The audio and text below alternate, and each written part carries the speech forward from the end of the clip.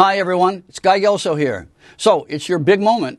The guys in the band just left you alone on the stage. It's just you, your drum set, and a whole crowd of people staring, waiting to be impressed. Now that's scary as hell to have that spotlight on you. But with a little planning ahead, you can be the next John Bonham and Neil Peart.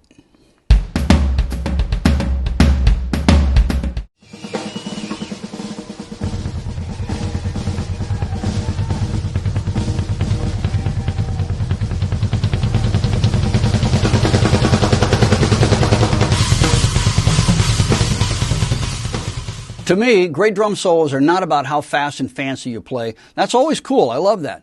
But I like solos that sound musical. Songs have parts, intros, verses, choruses that create a tension, and then a release by moving to another part.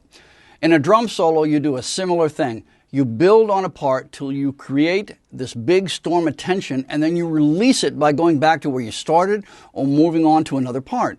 But if everything is just going to be one big storm for 5 minutes, you're going to wear the crowd out fast. I usually have a few basic ideas going into a solo, a skeleton of what I'm going to try, and from there I expand on it.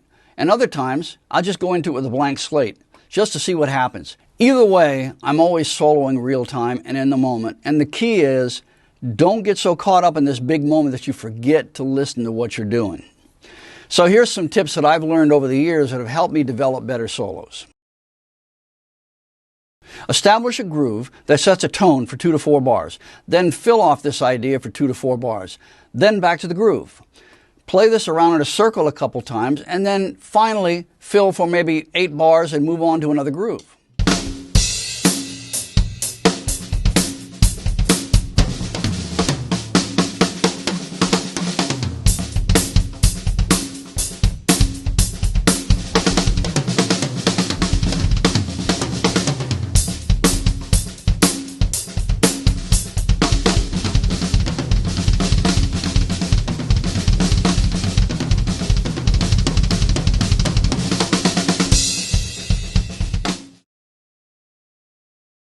Remember, they call it a drum set for a reason. There's so many combinations available, even on a small 4-piece kit, and one pattern can turn into 10 in no time.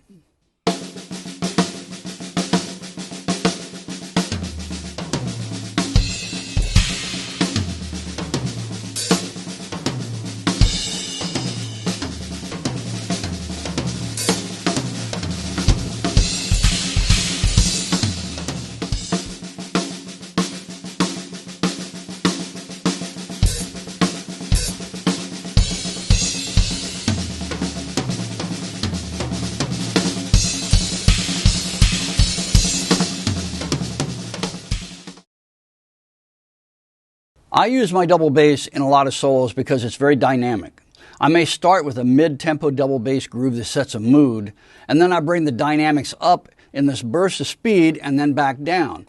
That ebb and flow of dynamics and tempo, tension and release, that's exciting and musical.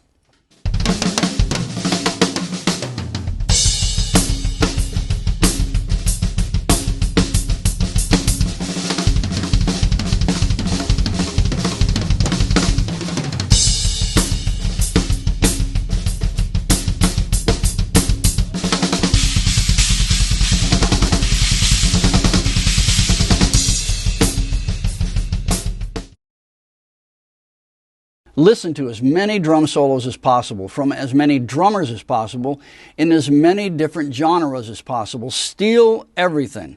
You might even listen to what the crowd reacts to in these solos to get an idea of what's working. I love to listen to great solos before a gig. It gets me all hyped up with new ideas to try that night.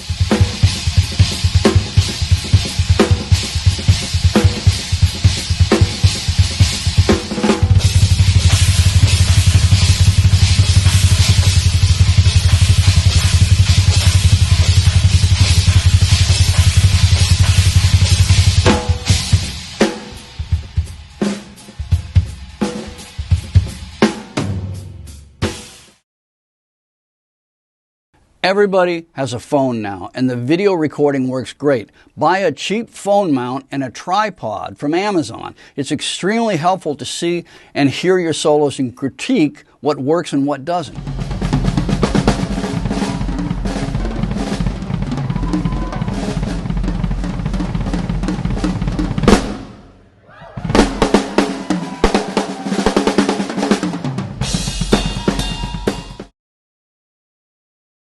Speed really means nothing unless the speed has a musical purpose. Try to create patterns that work well together that you can expand on.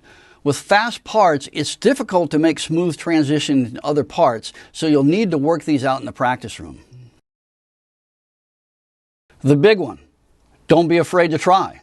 Soloing is a technique. You learn it just like you're learning songs, like you learn rudiments, everything else. And the best part, in solos, anything goes. You're all by yourself. You can solo in any style, format. It's wide open. And you can finally use that cool Latin fusion groove that the rock band never wants you to play. Doing a drum solo is your chance to show off your skills you work so hard for. After all, we can't let guitar players get all the solos. So I hope this helps. Get out there and let's hear some more drum solos. Thanks, everyone. Practice hard. Keep it simple.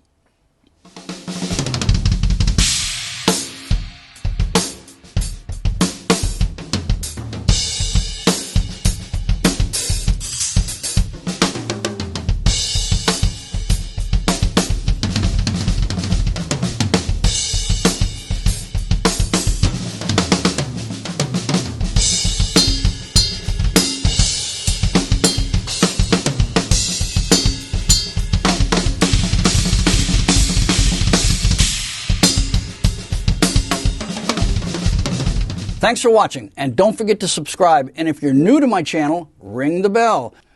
Give it a thumbs up and comment. That's very important to me. I love to hear your feedback. Follow me on Instagram at Guy Gelso, and also don't forget to check out GuyGelso.com. There you can enter your email for any new events and shows I'm doing, and to get in touch with me for private lessons.